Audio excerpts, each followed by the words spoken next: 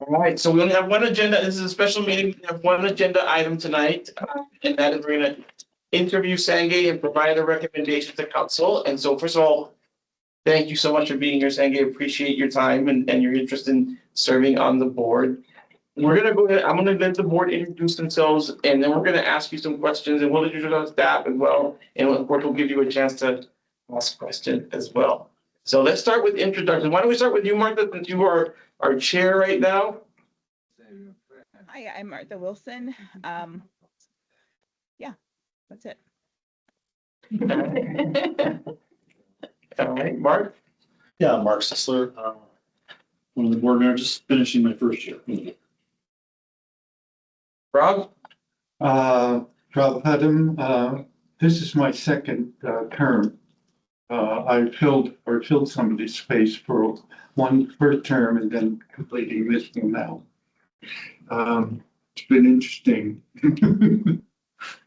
Awesome. I'm Christina. I'm the Director of Human Services. I've been with the city 26 years in this position, 4, I think. And it's amazing. Great place to be. And I'm Cassie Lau, and I guess I've been on the board 2 years. And Roberto Mendoza, Human Services Program Manager. I work under Christina. I help, I'm the liaison for this board, along with Amy. We help run this board. And I've been with the city for going on 8 years. I'm Jeffrey Boring. This is my second year on the board. I'm Amy. We've met. I'm the admin assistant for Christina, but I help out anybody when needed. All right. Okay, so we can do this however we'd like. We can go, I think there's 5 questions total, and there's 5 of you here. So we could just, each of you ask one question. Yeah. We can start with Mark, Martha, Rob, Cassie, and Jeffrey finishes up.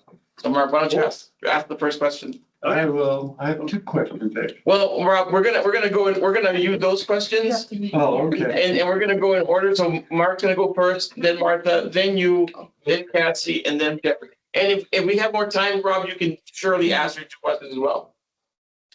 But we'll start with Mark. Okay. Oh, and there's Crystal too. You got the answers to the question, at least the questions. So what do you feel you can contribute to this board? Many things. First off, I think it's a sense of empathy and going into really knowing the critical role that the board plays in the city, working with different organizations, not only trying to determine how to allocate funds, but also do it in a way that best addresses community needs while also being financially viable and looking towards the long-term city goals, strategic goals. I think I have a lot of data analysis skills, critical thinking skills, really good reader, good writer. Those skills, if anything I can contribute, really good problem solver, negotiator, de-escalation. Just earlier, I was in a de-escalation video for training for work, so I guess that helps as well. But also, I do feel that I can contribute a younger point of view as well, as someone who's from a different generation, but also someone who wasn't born in Colorado, but my own spectral point of view as someone who was born in Nepal, moved to the US, lived in New York, grew up there, learned English, and I am a product of a lot of the government fundings and the programs that have really helped me be the person I am today. So that's Okay. Thank you. Thank you. Thank you. Martha, can you read question number 2? And welcome, Crystal. I sure can. Why is it important that you be appointed to this board? I think it's important because the city and a lot of cities around the country are facing a lot of new challenges, local, statewide, but in a federal way as well. And I know it's not different from a lot of places where the amount of funding that's typically requested isn't the amount that will get allocated. There always is a gap, and trying to figure out how we address those gaps I know that the gap for next year has gotten a bit smaller from the previous years, but there's always more room for improvements, I believe. And I think I can really help push our message with community outreach, because I think there's plenty of organizations that are out there that need the help, but may not know how to necessarily ask for help. And that's something that I really want to work on as well. Awesome, thank you. Thank you. Rob, can you read question number 3? What difficulties you think you'll have with this board? With this board, I hope none. Well, Hopefully, one of the I think different questions I was points of- going to ask along those lines is how are you at reading stuff? One of the things about being on the board is you get a lot of information, Mhm, like books worth. definitely. And you have to, it's like reading novels sometimes. Being able to and compart. you have to have some time and, to read a lot, because they give you lots of information.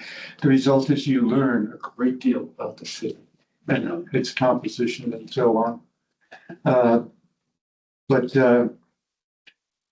with us, as a group, you see any difficulty in getting along with people and that kind of thing? I think everyone brings their own sets of values, different ideas based on their backgrounds.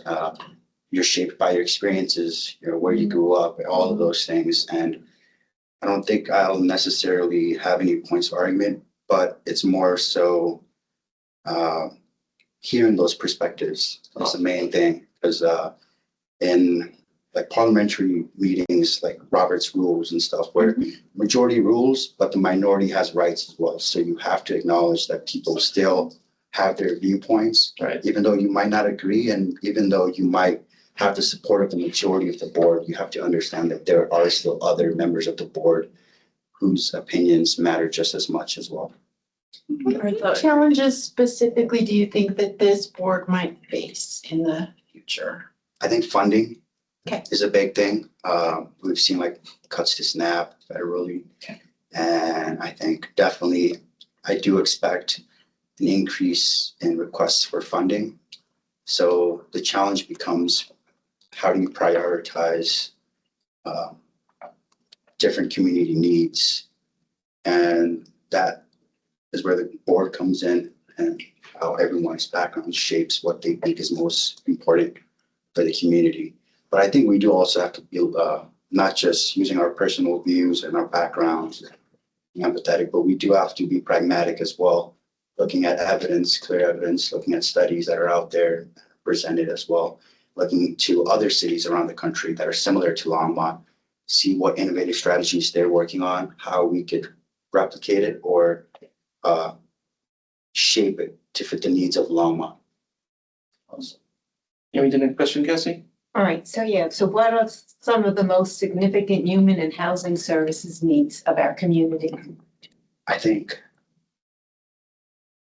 this newer generation, mental health, affordable housing with the rise in population. I know the city's doing a lot of great things, the state as well, the rise in ADUs, making it easier to get ADUs into your property. But I think also providing those tools necessary for people to focus on things that will elevate them out of their current situation, just because housing and human services, mental health, education, those are all social determinants of one's health and the health of the community. So if we're thinking about the overall long-term health of us, our children, their children's children, we really have to be looking at what are the things that affect it and what are the things that we can plant the seed. And maybe you might not see immediate effects, but we'll see it longer term down the road. I think that's critical. Thank Good. Jeff, you want to ask that question? Sure. What is the city's and this board's role in addressing those issues? Play multiple roles. The city's role is, of course, and the advisory board. The city ultimately, the council member makes the decisions, but the advisory board also has the role of trying to change the minds or influence them, or to make the right decisions. But Obviously, people will have different opinions on things. I think clear roles, of course, is funding programs that are beneficial, but not just funding programs, but trying to innovate new programs. I think that's critical because we'll see later down the road that the programs that have been in place for years aren't going to be the most effective with the newest problems that are going to be coming up. So the role of this advisory board needs to be keeping up with the current trends that are happening, not only locally, but in a statewide or nationally as well, and see how that affects the people of Longmont, and how do we come up with solutions of new innovative programs, but also trying to look for those programs that are out there and how do we best support them financially or getting them a larger platform to get their voices heard as well. Thank you. Awesome. Does the board have any other questions for Sanjay? Because I'd like to give him a chance to ask the board questions. I was kind of trying to warn him that there's gonna be a lot. Well, we want to scare him too, Ron. We don't want to scare him. As my Crystal said in the chat, they don't scare him. But are there any other questions for Sanjay, or do we want to turn it over to Sanjay and have him ask them? Just tell me a little bit about your background. You participated in an advisory board before. What kind of volunteer experience do you have? How long have you lived in Longmont? Those sorts of things. Yeah. So born and raised in Nepal, moved to New York. English wasn't my first language, so I took a lot of programs that were funded by the city to learn English more after school. That really helped.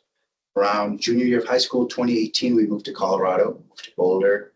And in 2020, around the start of COVID, like a lot of people, great interest rates. Moved to Longmont just because it's close enough to Boulder. My family's business is there. Beautiful area, nice, quiet as well. And really love it here, the community that we've built and the community members that we keep seeing to Longmont. I went to school at Colorado College down in the Springs. So I was there for 4 years. And Rob, you mentioned a lot of reading. So our school program was you do one course for every 3.5 weeks. So when I was doing chemistry, you get a chapter's worth plus labs. And that really taught me how to really get your priorities straight, when you have to do your readings, when you can go out, hang out with your friends and do those things. And I was a chemistry major in college. The thing that killed me was organic chemistry. Oh my God. the readings and the labs. And my freshman year was during COVID. The labs are online. It's just pointless. Yeah, exactly. But I haven't served on any advisory boards before. But housing and human services is something that I hold really close and dear to my heart, just because it's a huge part of my identity, I guess, of how I've lived my life, and I currently am where I am. Currently pursuing my master's of finance and health administration. Oh, cool.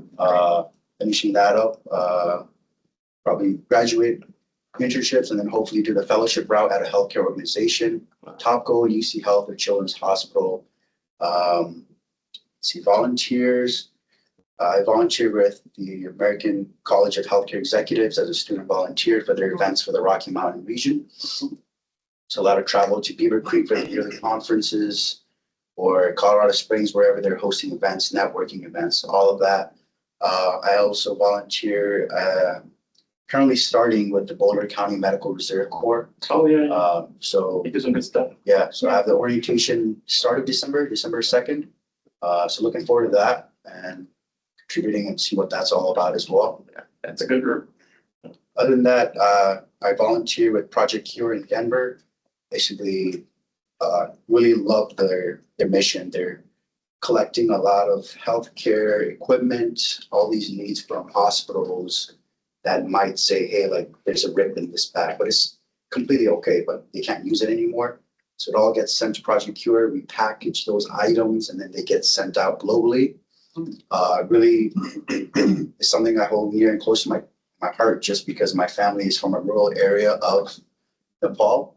Like my grandpa passed away in a horsing accident, couldn't even get to a hospital. We just found him there So healthcare access and social determinants of health and how do you address those? It's a huge mission for me and kind of led me here. So I think Martha has her hand up, she's got a question. Go ahead, Martha.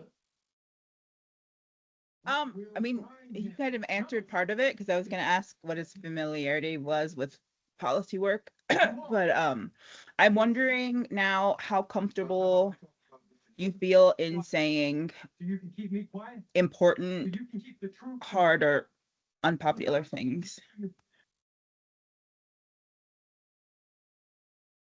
kind of, I guess, addressing the elephant in the room. A lot of the times, it's something that needs to be done. A lot of people won't like it, but I think the best way to do it is having steps in place where you gradually introduce the idea, give that background information, then you express your idea, and then you leave room for feedback as well, and not making it a point of contention, but rather just listening to the different viewpoints and expressing your own, and not making it a personal thing, but rather backing up your stance with clear evidence, practical evidence that there's a lot of research on.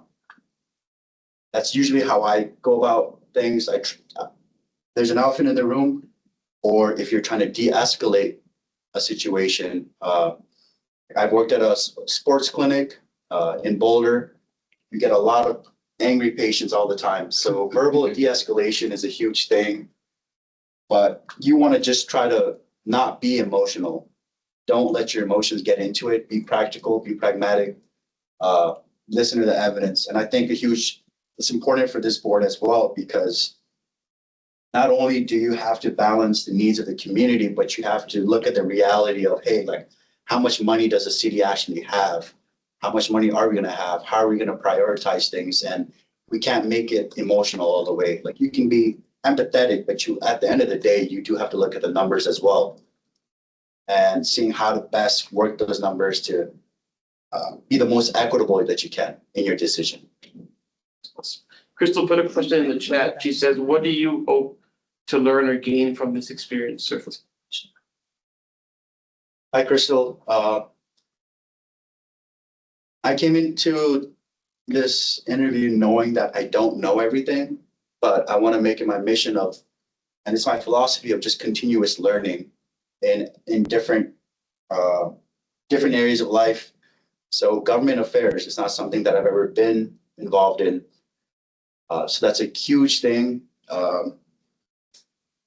Holding community stakeholder meetings or reaching out or evaluating feedback as well from a community.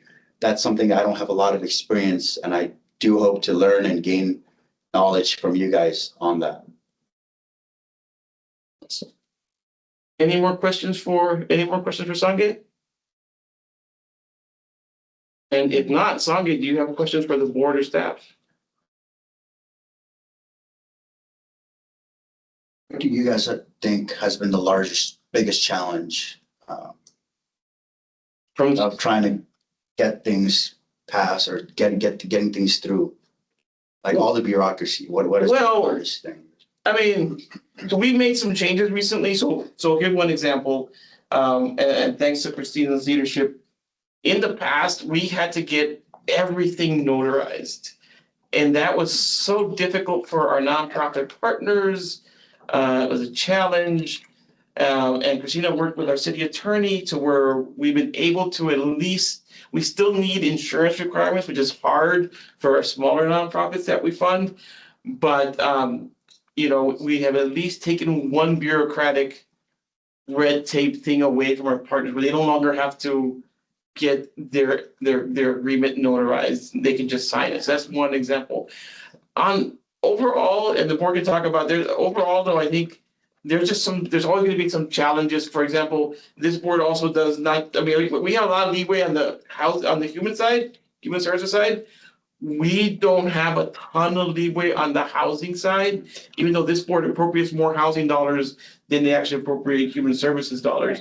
But because some of that is federally funded, or is as part of it, a Longmont ordinance, it gets, the board doesn't have as much leeway on that side because there's some bureaucracy there that we can't avoid. The board has quite a bit of leeway on the human services side, as compared to the housing side. But board, be happy to hear what your thoughts.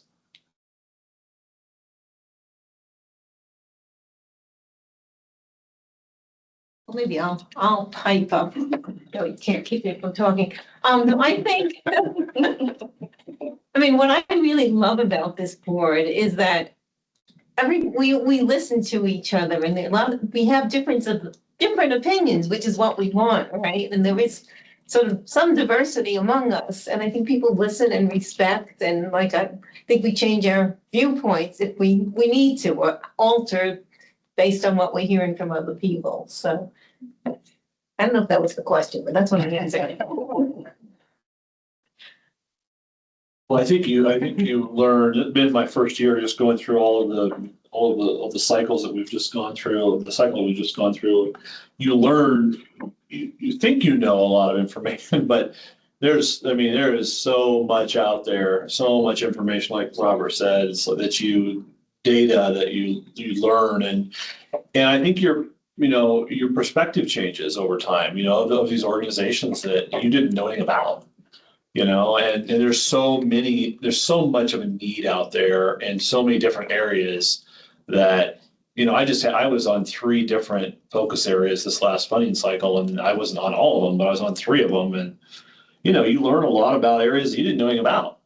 And I knew a lot about food, but the food insecurities and nonprofits, but some of the other ones, you really open your mind up to kind of what they're going through and what the need is in the community. And so I think you had mentioned that, you like to learn and you like to, and there'll be plenty of that opportunity to soak up the information. And like Robert says, there's a ton of reading.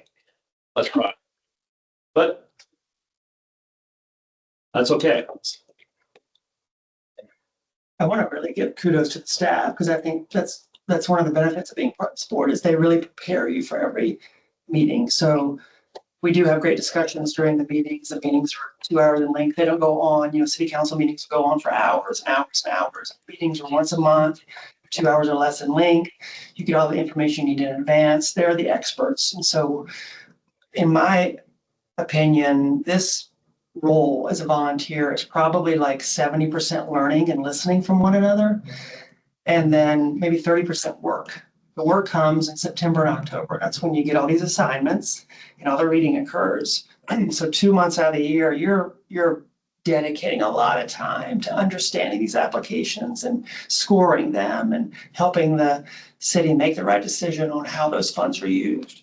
And that's a really gratifying role to play, and you learn a ton. But the rest of the year, you're just listening and learning from the staff, and you're trying to piece it all together. It's a really complicated system, but you started off your introduction and talking about empathy, and I think that's where a board member starting from empathy allows this board to be successful, because it does take a lot of time to understand the issue. I don't interact with a lot of the people we're trying to serve. And so this has been a huge learning experience for me. And so I think coming into the meetings with that attitude allows you to be really successful.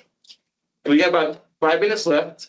Martha has a question or an answer, maybe.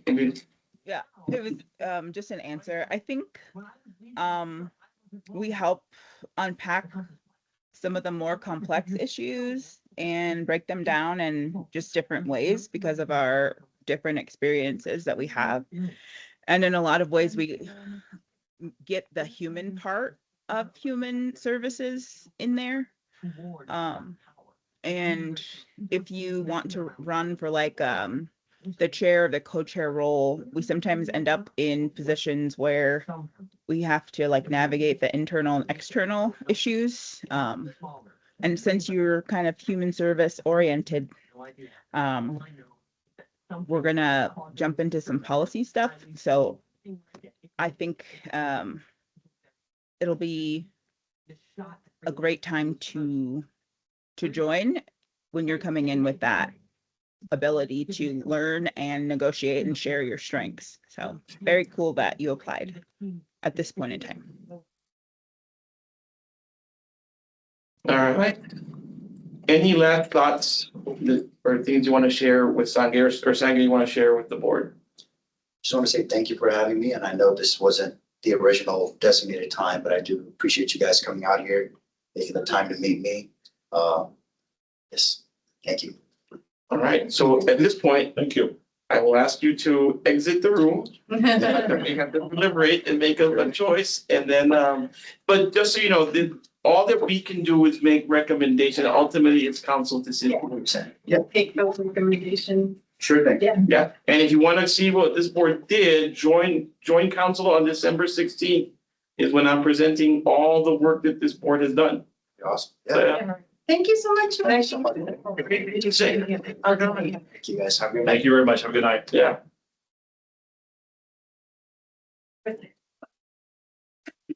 Well, we do have to take a vote. But here's the good thing, the vote is pretty straightforward, right? The vote is yay or nay. Yeah, Oh. That's it. And I just write once, I'm required to write a memo to the council, which is one sentence. The board recommends or doesn't recommend.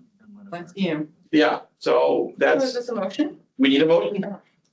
Or any further discussion, any concern? All I can say is he's a much better possibility for the board than I was.